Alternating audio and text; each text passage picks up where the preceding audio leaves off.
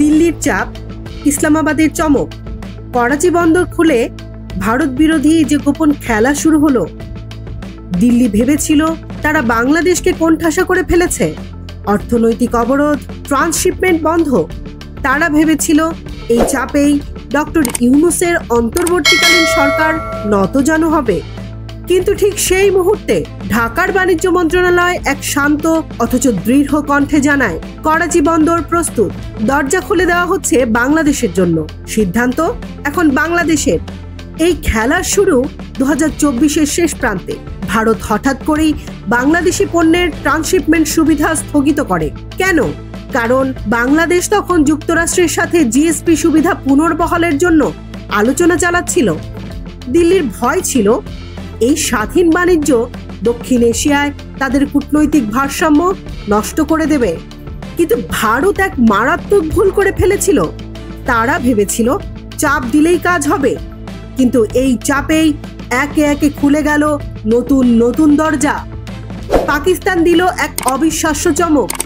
ইসলামাবাদ শুধু করাচি বন্দর ব্যবহারের অনুমতিই দেয়নি, বাংলাদেশ পাকিস্তান যৌথ অর্থনৈতিক কমিশনের বৈঠকে তারা শিপিং, আইটি, হালাল ফুড সহ দ্বিপাক্ষিক বাণিজ্যের পুনর্জাগরণের পূর্ণাঙ্গ প্রস্তাব দেয়।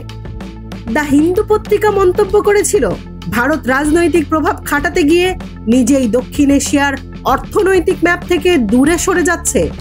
বিশ্লেষকরা বলছেন, করাচি বন্দর ব্যবহারে বাংলাদেশের রপ্তানি খরচ কমবে অন্তত 20%। এটি শুধু টাকার অঙ্কে লাভ নয়, এটি ভারতের উপর থেকে বাংলাদেশের কৌশলগত মুক্তি। শুধু পাকিস্তানি নয়, চীন, মালয়েশিয়া, ইন্দোনেশিয়া সবাই ভারতের তৈরি করা সেই শূন্য স্থান পূরণে এগিয়ে আসে। দিল্লির একচেটিয়া আধিপত্য ভেঙে চুরমার হয়ে যায়। আর এই অর্থনৈতিক খেলার মধ্যেই ঘটল এক মতাদর্শিক বিস্ফোরণ। ডক্টর জাকির নায়েক, ভারতে নিষিদ্ধ এই ইসলামী চিন্তাবিদ, বাংলাদেশে আসছেন 1 মাসব্যাপী ধর্মীয় সফরে। ভারতের সংবাদ মাধ্যমগুলো একে ভারত বিরোধী মনোভাব উস্কে দেওয়া বলে চিত্রিত করলেও ঢাকা এটিকে অভ্যন্তরীণ নীতি বলে উড়িয়ে দেয়।